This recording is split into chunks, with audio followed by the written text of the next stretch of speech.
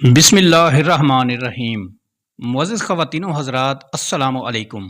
آج کی اس ویڈیو میں ہم ایک ایسا واقعہ آپ کی خدمت میں پیش کرنے جا رہے ہیں جس میں کچے مکان میں رہنے والی غریب عاشق رسول ماں بیٹی جب خلیفہ بغداد کے محل میں محفل میلاد میں شرکت کرنے جاتی ہیں اور وہاں انہیں غریبی کا طعنہ دے کر واپس بھیج دیا جاتا ہے، وہ سچی عاشق رسول روتے ہوئے اپنے کچے مکان میں ہی محفل میلاد مناتی ہیں اور ان کی جھونپڑی میں سرور کائنات حضور پاک صلی اللہ علیہ وآلہ وسلم تشریف لاتے ہیں۔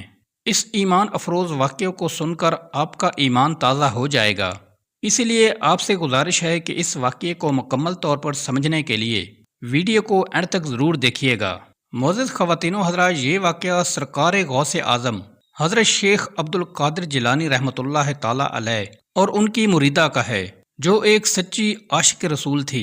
معزز خواتین و حضرات، ایک خاتون اپنی بیٹی کے ساتھ ایک گھر میں رہتی تھی۔ اسے ایک آواز آئی، کسی نے صدا بلند کی کہ آج خلیفہ بغداد کے محل میں میلاد کی محفل ہو رہی ہے۔ اس کے دل میں جذبہ پیدا ہوا کہ نبی کریم صلی اللہ علیہ وآلہ وسلم کی محفل میں مجھے بھی حاضری کا شرف حاصل کرنا چاہیے، اور اس نے اپنی بیٹی کو فوراً کہا، بیٹی تیار ہو جاؤ، ہم نبی کریم صلی اللہ علیہ وآلہ وسلم کی محفل کا شرف ضرور حاصل کریں گے۔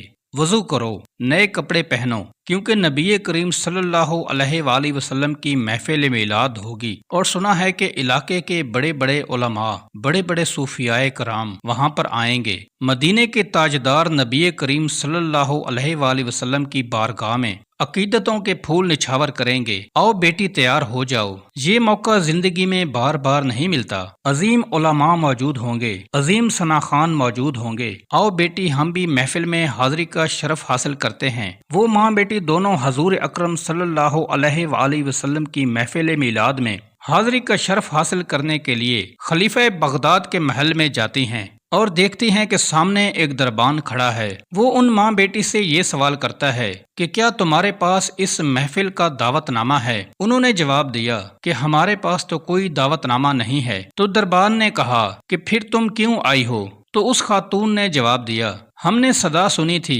کوئی آواز دے رہا تھا اور اعلان کر رہا تھا کہ حضور نبی کریم صلی اللہ علیہ وآلہ وسلم کی محفل ہے۔ ہم نے سوچا کہ یہ دعوت عام ہے اور ہر ایک کو دعوت دی جا رہی ہے، ہر ایک کو بلایا جا رہا ہے، تو ہم بھی حضور نبی کریم صلی اللہ علیہ وآلہ وسلم سے پیار کرتے ہیں، ہم ماں بیٹی بھی اس لیے یہاں حاضر ہوئے ہیں کہ حضور کریم صلی اللہ علیہ وآلہ وسلم کی محفل سنیں اور حضور نبی کریم صلی اللہ علیہ وآلہ وسلم کی عظمتوں کے ترانے سنیں، ہم بھی میلاد منائیں۔ تو دربان نے کہا، نہیں، یہ عام لوگوں کی محفل نہیں ہے، یہ خاص لوگوں کی محفل ہے۔ خلیفہ بغداد کی دعوت پر جہاں بڑے بڑے حکمران آئے ہیں، یہاں تو بڑے بڑے علماء ہیں، بادشاہ کے خاص قریبی لوگ آئے ہیں۔ یہ میلاد ہر ایک کے لیے نہیں ہے۔ اگر دعوت نامہ ہے تو تمہیں آنے کی اجازت ہے، اگر دعوت نامہ نہیں ہے تو تمہیں آنے کی اجازت نہیں دی جائے گی۔ اس پر وہ خاتون کہتی ہے، دعوت نامہ تو نہیں ہے، لیکن میرے دل میں حضور کریم صلی اللہ علیہ وآلہ وسلم کی محبت تو ہے نا، میرے دل میں حضور کا سچا پیار تو ہے نا، میں رسول اکرم صلی اللہ علیہ وآلہ وسلم سے محبت کرتی ہوں،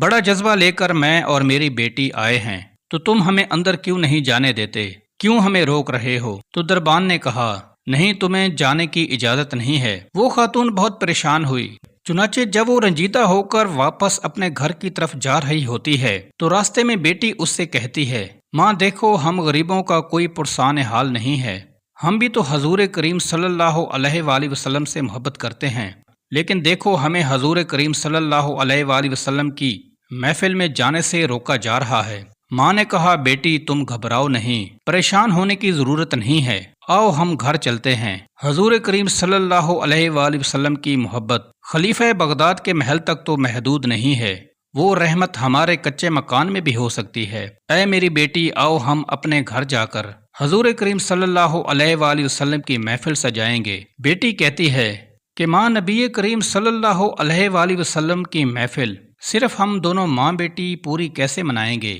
یہ کیسے ممکن ہے؟ ماں نے کہا، بیٹی گھبرانے کی ضرورت نہیں ہے، میرے آقا کرم فرمائیں گے، ہم وضو کر کے نئے کپڑے پہنیں گے، نئے کپڑے پہن کر آقا کی عظمتوں کے ترانے گنگنائیں گے۔ مجھے جو بھی میلاد مصطفیٰ صلی اللہ علیہ وآلہ وسلم کے معجزات اس وقت یاد ہیں، آقا کی نعتیں پڑھوں گی، تجھے سناتی رہوں گی، تم سنتی رہنا، یہی ہماری محفل میلاد ہے۔ بیٹی نے کہا ٹھیک ہے اب چلتے ہیں۔ وہ دونوں گھر چلی جاتی ہیں۔ ماں بیٹی دونوں گھر میں بیٹھی ہیں، میلاد مصطفیٰ کے معجزات بیان کر رہی ہیں اور بیٹی کی آنکھوں میں اشکوں کی برسات جاری ہے، اور ماں کہتی ہے آقا کی آمد پر یہ دنیا سج گئی ہے۔ آقا جب آئے ہر طرف نور ہی نور تھا، ہر طرف روشنی ہی روشنی تھی، اور جو پوری رات اس طرح گزر گئی کہ وہ اشعار پڑھتی رہیں۔ ماں اشعار پڑھتی رہی اور بیٹی سنتی رہی۔ اشعار کو سنتے سنتے ساری رات بیت گئی اور سحری کا وقت آ گیا۔ ماں نے کہا مجھے تازہ وضو کرنا ہے اور میں نے روزہ بھی رکھنا ہے، بیٹی تو جا لوٹا بھر کے پانی لے آ تاکہ میں تازہ وضو کر سکوں۔ بیٹی جیسے ہی اپنے گھر سے باہر قدم رکھتی ہے، بیٹی کی چیخیں نکل جاتی ہیں، بھاگ کر وہ واپس گھر میں آتی ہے۔ ماں کہتی ہے بیٹی تجھے کس چیز نے ڈرایا ہے؟ تو اتنی پریشان کیوں ہو گئی ہے؟ تیری چیخیں کیوں نکل رہی ہیں؟ بیٹی نے کہا دیکھو باہر کون آیا ہے، ایک سفید پوش بزرگ آئے ہیں، نورانی چہرے والے بزرگ ہیں۔ ماں ذرا باہر آؤ، دیکھو تو صحیح کون آیا ہے۔ ماں نے کہا بیٹی کون آیا ہے؟ غریبوں کے اس کچے مکان میں کون آئے گا؟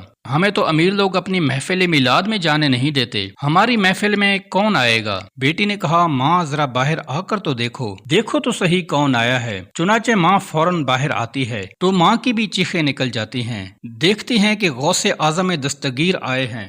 اس عورت نے دیکھا کہ سرکار غوث اعظم دہلیز کو چھو رہے ہیں، چوکھٹ کو چھو رہے ہیں، اس گھر کی دہلیز کو بار بار چھو رہے ہیں۔ وہ عورت حیران ہو جاتی ہے اور حیرانی میں پوچھتی ہے کہ آپ سرکار رحمت اللہ علیہ ہماری محفل میں آئے ہیں، آپ کی ہمارے کچے مکان میں آمد ہوئی ہے، یہ کیسے ممکن ہوا ہے اور آپ کا کیسے آنا ہوا ہے؟ ہماری دہلیز کو بار بار چوم کیوں رہے ہیں؟ سرکار غوث اعظم حضرت شیخ عبد القادر جیلانی رحمت اللہ علیہ نے فرمایا تمہاری دہلیز کو نہیں چوم رہا، تمہاری چوکھٹ کو نہیں چوم رہا، ارے دیکھتی نہیں، مدینے والے آئے تھے، کونین کے والی آئے تھے، ان کے قدموں کے نشانوں کو چومنے کے لیے شیخ عبد القادر جیلانی خود آیا ہے۔ سبحان اللہ، کی محمد سے وفا تو نے تو ہم تیرے ہیں، یہ جہاں چیز ہے کیا لوح و قلم تیرے ہیں۔ تو میرے پیارے دوستو، میرے آقا صلی اللہ علیہ وآلہ وسلم کی محفل سجانے والوں، ان سے محبت کرنے والوں، ان سے عقیدت رکھنے والوں، یاد رکھو